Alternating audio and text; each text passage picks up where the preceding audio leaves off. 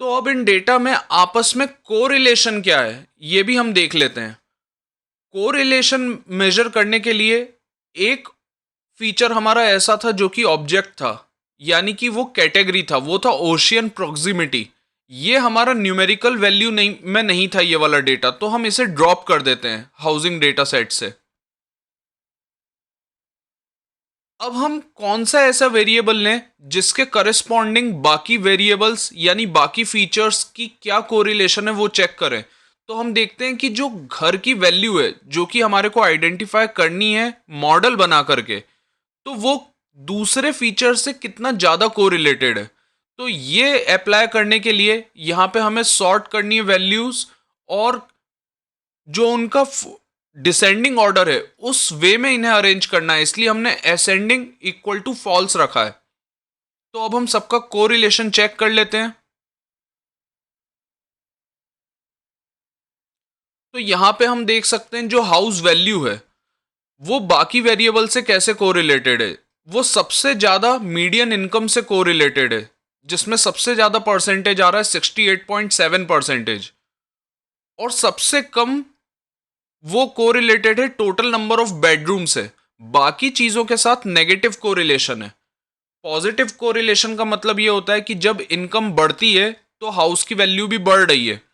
और negative correlation का मतलब है जब जैसे लॉन्गिट्यूड बढ़ रहा है, तो लॉन्गिट्यूड बढ़ रहा है मतलब नॉर्थ की तरफ जा रहा है, तो वहां पर हाउस की वैल्यू कम हो रही है। तो हो सकता है कि ये जिस जगह का डेटा है वहां पे नॉर्थ में कम वैल्यू वाले घर हों, कम प्राइस वाले घर हों, तो इसलिए वो लॉन्गिट्यूड के साथ नेगेटिव रिलेशन दिखा रहा है।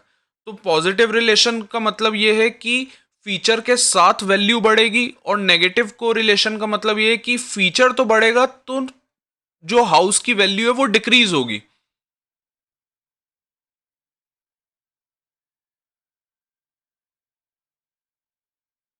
अब इस चीज को भी हम ग्राफिकली थोड़ा सा स्टडी करने की कोशिश करते हैं। वैसे तो हमारे पास जो टोटल नंबर ऑफ एट्रीब्यूट्स हैं यानी फीचर्स हैं, जो न्यूमेरिकल फीचर्स हैं वो 11 फीचर्स हैं।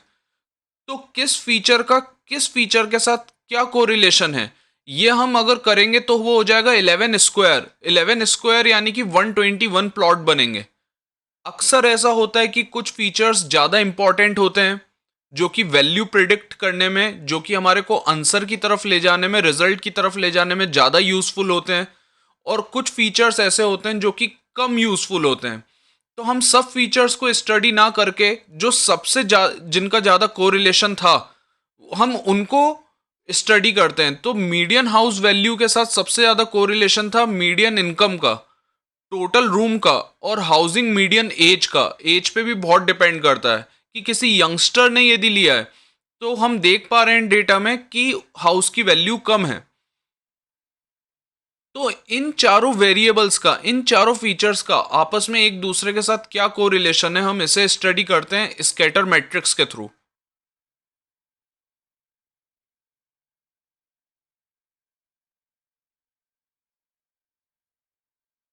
तो हम देख सकते हैं यहाँ पे हमारे प्लॉट बन गए हैं, जो कि हमारे 4 वेरिएबल हमने लिए थे, 4 फीचर, तो 4 इंटू 4 16 प्लॉट बने होंगे।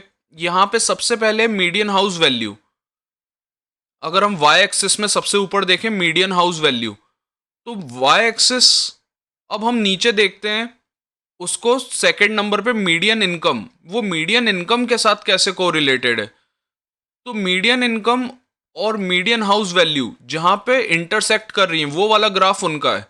इसी तरह से मीडियन हाउस वैल्यू, और अब हम नीचे देखते हैं टोटल नंबर ऑफ रूम्स, जहाँ पे टोटल नंबर ऑफ रूम्स में हम ऊपर जाएंगे और मीडियन हाउस वैल्यू में हम राइट में आएंगे। तो ये जो थर्ड नंबर का ग्राफ है, ये ग्राफ है मीडियन हाउस वैल्यू के बीच में और टोटल नंबर ऑफ रूम्स के बीच में। तो इस तरह से ग्राफिकली भी हम इनके फीचर्स को स्टडी कर सकते हैं।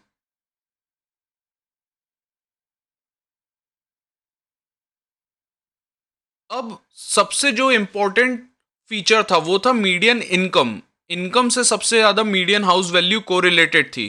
तो अभी हमने लॉन्गिट्यूड, लैटिट्यूड, पॉपुलेशन डेंसिटी के हिसाब से फिगर्स प्लॉट करें, तो हम अब मीडियन इनकम के हिसाब से और फिर फिगर प्लॉट करके देखते हैं।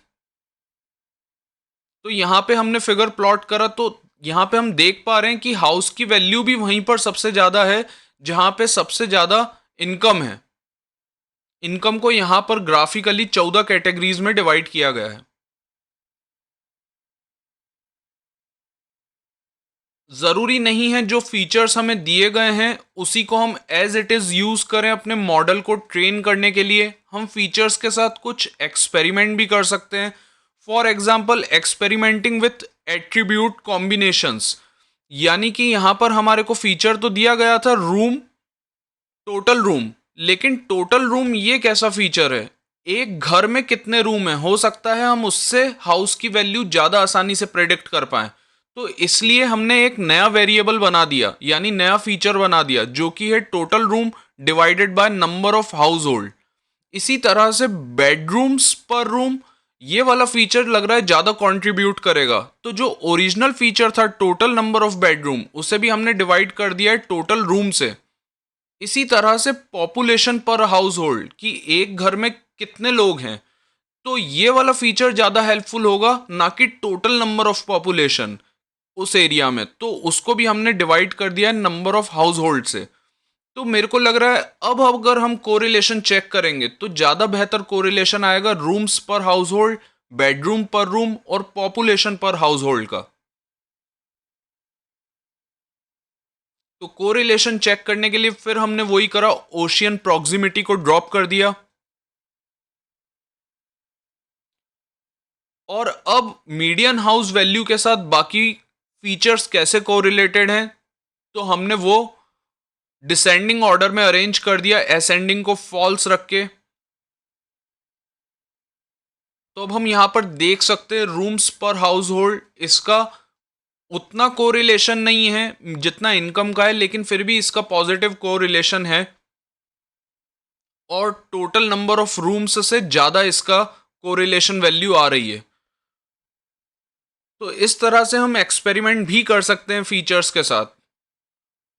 अब नेक्स्ट वीडियो में हम देखेंगे कि हमें डेटा कैसे प्रिपेयर करना है मशीन लर्निंग एल्गोरिदम्स के लिए।